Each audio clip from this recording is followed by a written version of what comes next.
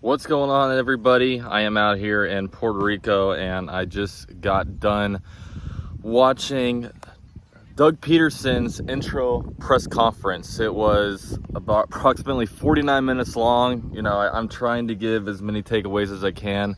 I'm getting ready for a wedding later today. It wasn't under the best of circumstances, but I was able to write some notes down on my laptop. So here we go. I don't really know the order. I just have a bunch of kind of takeaways. So some things that I saw were, first of all, the question count. I had that Shad Khan was questioned 14 times, Doug Pederson 13 times, and Trent Baalke 6 times. So it was a Shad Khan press conference featuring our new head coach, Doug Pederson. So Shad, one thing that was weird was Shad opened up Shad Khan, and Shad Khan I thought it was a terrible press conference from him. Just unbelievably political questions. I don't know. It was a little disappointing from his side of things. But he was like, from what I've been told, it was a long interview process. So I'm like, what do you mean from what have you been told? Were you not like involved in these different interviews? One thing that was funny, Doug Pederson was, I've been in the building. I can tell this is a culture of winning. And I'm like, what the hell? Like, what building have you been in, my man? He also, Doug Pederson mentioned that he recognizes that the fans have been through a lot, and he's going to make sure to bring wins. And, of course, this is what any coach is going to say, but I think he does have a lot of credibility with the fact that, look, he has won a Super Bowl before. These aren't college national championships. These are Super Bowl rings, or a Super Bowl ring. Most coaches in the NFL right now do not have that, and most coaches that have been in the NFL haven't really sniffed, a Super Bowl. So that's good. Tony Khan's name dropped a lot. It sounds like Tony Khan was pretty involved with his coaching search. I don't think the Jaguars have ever truly interviewed Tony Khan in any way, and these kind of things. Would love to kind of hear from him on his Jaguar side of things. The only time you really hear him are on like podcasts. They questioned Shad Khan about whether a position, a head coach position, whether they offered it to anybody else. He said he wouldn't answer. He didn't confirm or deny, but he wouldn't answer. The reports out there were that, look, he did extend an offer to Byron Leftwich. That's what they were reporting. So obviously that one's interesting. He lost a lot of credibility for me, as if he didn't already have it when it comes to Shad Khan. And another thing he said that he considered insight from players and alumni players on the head coaching search. I might be able to believe the players, but it sounds like every single alumni player that has spoken out about this has said that Shad Khan hasn't really reached out or anything. I don't believe him on that. They asked about personnel. They said that it was going to be a collaborative effort when it comes to building the personnel. So GM, EVP, head coach, all that stuff. Doug said that lots of stuff happened with his family last year in football, and he said that he was taking a year off of coaching. And Shad Khan said that they reached out to him and asked him and tried to interview him, but he did not want to interview. He truly was taking the year off. And he had stuff like brother died of cancer, stuff happened with his wife, and, he had a kid get married, had a grandkid, so a few things when it comes to that. Doug thinks the sky's the limit for Trevor Lawrence. That was the first time he actually met Trevor Lawrence today. He had a phone call with him yesterday, I believe it was, but it was the first time today actually meeting him. And I believe the first interaction the Jaguars actually did post on their Instagram.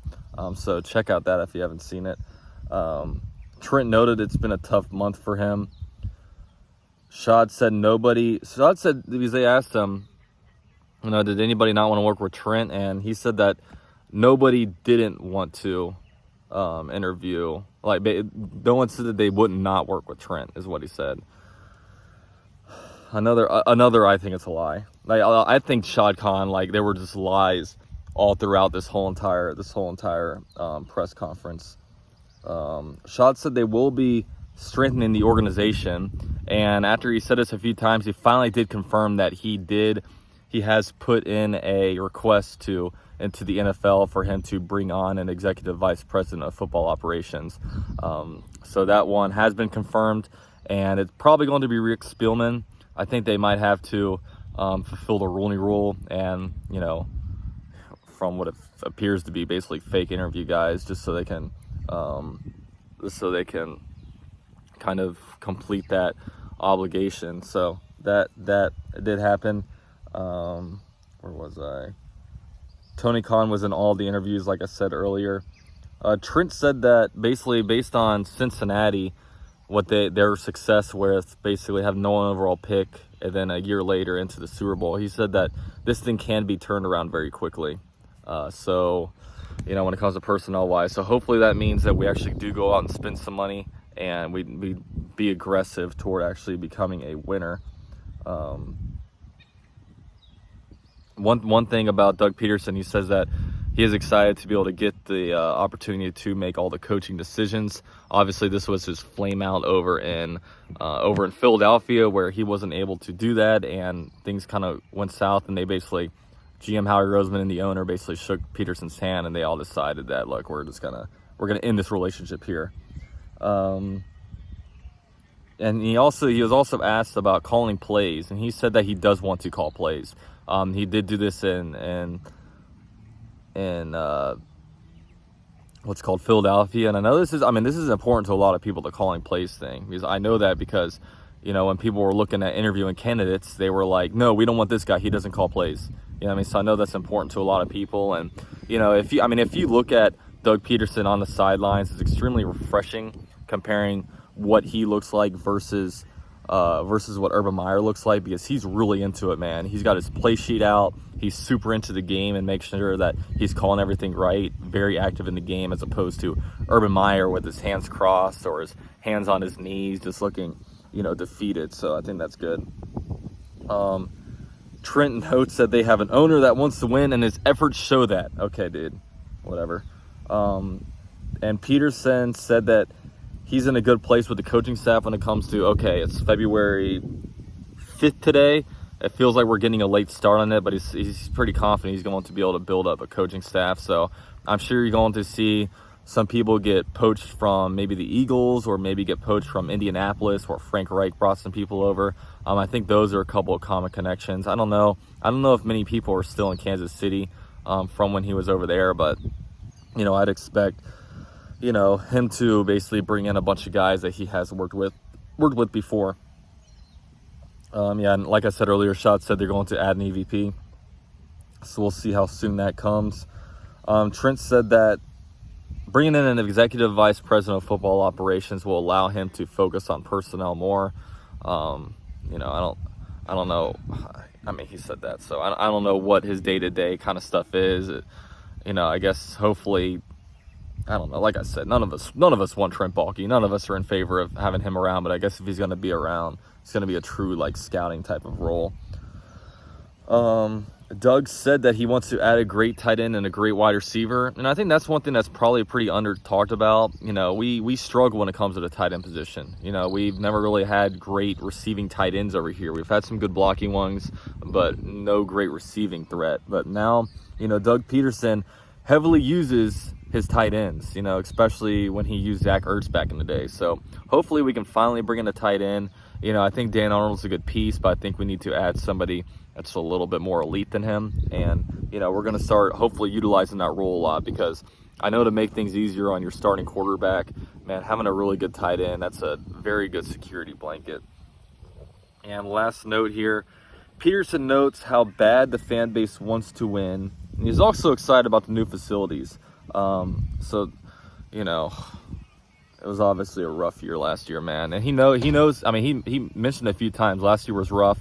I think he knows how terrible Urban Meyer was. I think it's good that we bring in a guy that did have a year off. So it just gives you a lot better perspective, man. He was able to watch the NFL, from a broad standpoint. Now he's focused, he's refreshed. I think the new facilities are obviously good. I know a lot of people, they worry, is Schott going to move the team? Look, guys, the moment that shovel hits the dirt, I don't think we should. I think it's a waste of time to talk about to talk about the Jaguars moving, because, like, you know, if you're going to build a state-of-the-art practice facility right next to the stadium, you're not going to do that then dip, you know what I mean? So I think that's good. And, you know, at the very least, man, it seems like we're secure in the city of Jacksonville, which is, I mean, that's my main concern. My number one concern: are we leaving Jacksonville? Number two, are we going to ruin Trevor Lawrence? You know what I mean? I do love this hire. I hated the process. You know, nothing will change about that, and I really hope Shad Khan accidentally got it right.